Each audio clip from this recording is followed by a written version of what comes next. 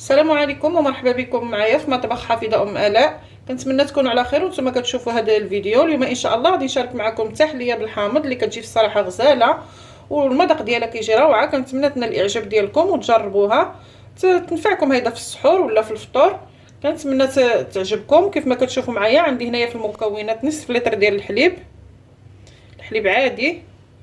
هنايا عندي واحد الحامضه اللي حكيت له القشره ديالها، وهنايا خديت العصير ديال هاد الحامضه اللي حكيناها. هنايا خليت العصير، احتفظت بالعصير ديالها.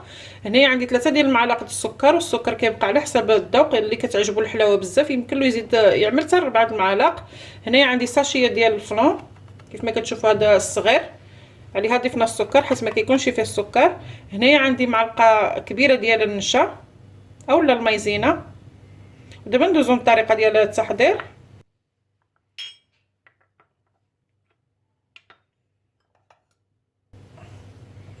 هنايا غادي ناخذ واحد الكاسرونه اللي غادي نطيب فيها التحليه ديالي. غادي نخوي هنايا الحليب،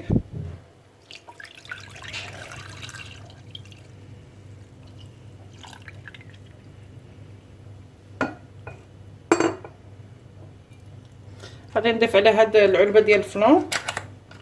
انا هنايا كيف ما كتشوفوا معايا عملت فلون بالنكهه ديال الفاني.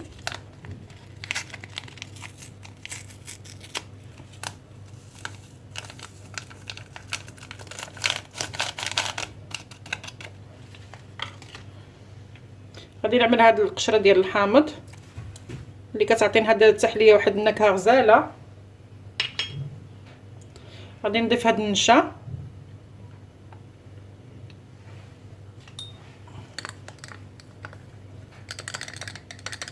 صافي. غادي نخلط هاد المكونات هادو مزيان. قبل ما نخلطهم غادي نضيف السكر كيف ما قلت لكم على حسب الذوق. هنا غادي نخلط هاد المكونات هادو مزيان على باردين هكا قبل ما نردوهم على البوطه باش ينسجموا لنا ديك المايزينه ما تبقاش متكتله.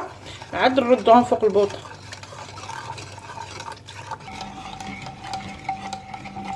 هنا حطينا التحليه ديالنا فوق البوطه كيف ما كتشوفوا، وكنبقاو مره كنحركوها باش ما كتلصقش معنا في القاع ديال الكاسرونه.